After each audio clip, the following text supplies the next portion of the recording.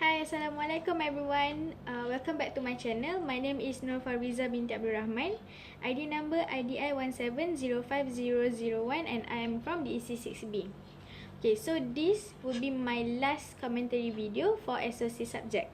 Okay, so the topic for today's video is what is my experience or reflection on the entrepreneurship project or sociology project throughout the semesters.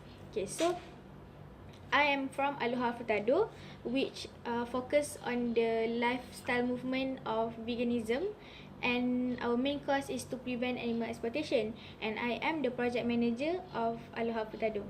Okay, so to be honest, throughout these semesters, I have learned a lot.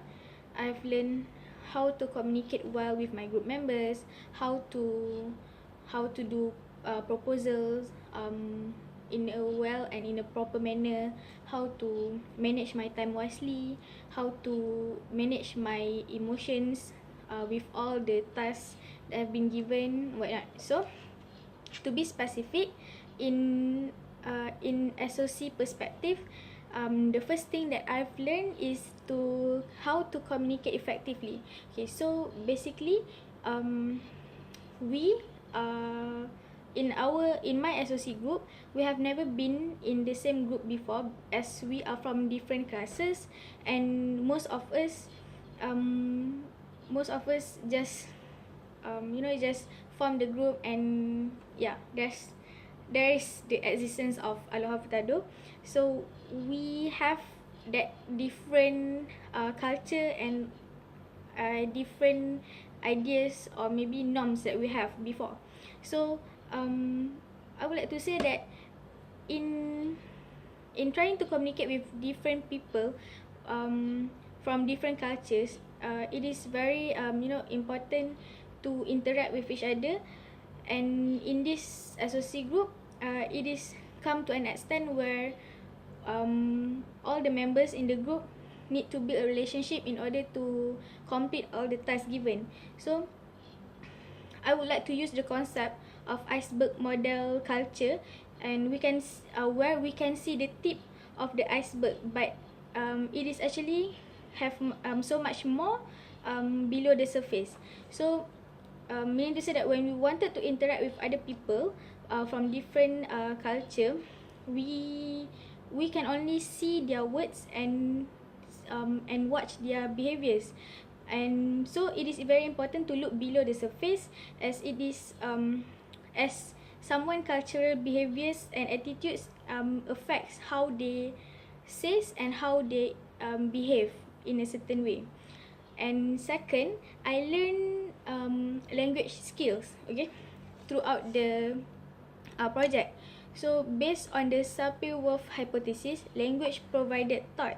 So basically, in order to understand what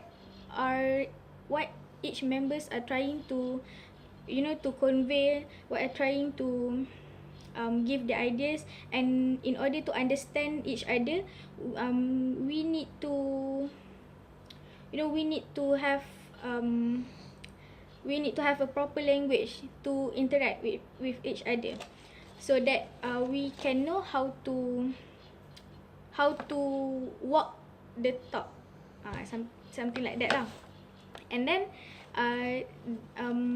next, it is also important to have non-verbal communication, especially when we do group projects.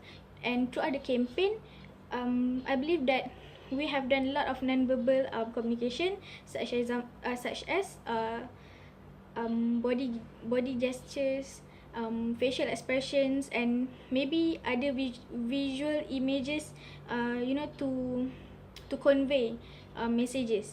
So as the leader, I need to understand the non-verbal expressions that have been expressed by all my group members, and whether they really understand the instructions that I have gave, and whether they really know how to perform the task well.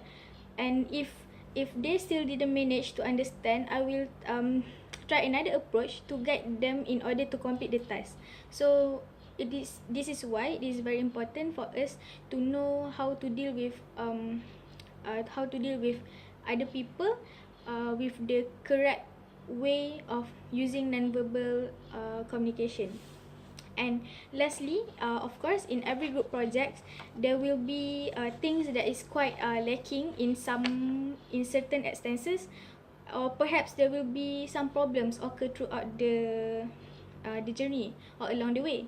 So as the project manager, I need to remain positive and try to solve all problems in a mature way, and not to to blindly follow my heart, to to like straightly getting mad without any investigation or whatnot. So one of the way that I use in order to to solve all the problems occur, I use sanctions. Okay, so for your information, as what we have learned, sanction is penalty or reward, or penalty or reward that given to people, either it is in negative or positive way. So for example, if one of my group members did not perform the task very well, so I will give them a negative sanction, where as project manager, I need to put an X at the Gantt chart. So it is an action to to encourage the other group members to not to take things for granted. So it is to encourage them to do better in the future.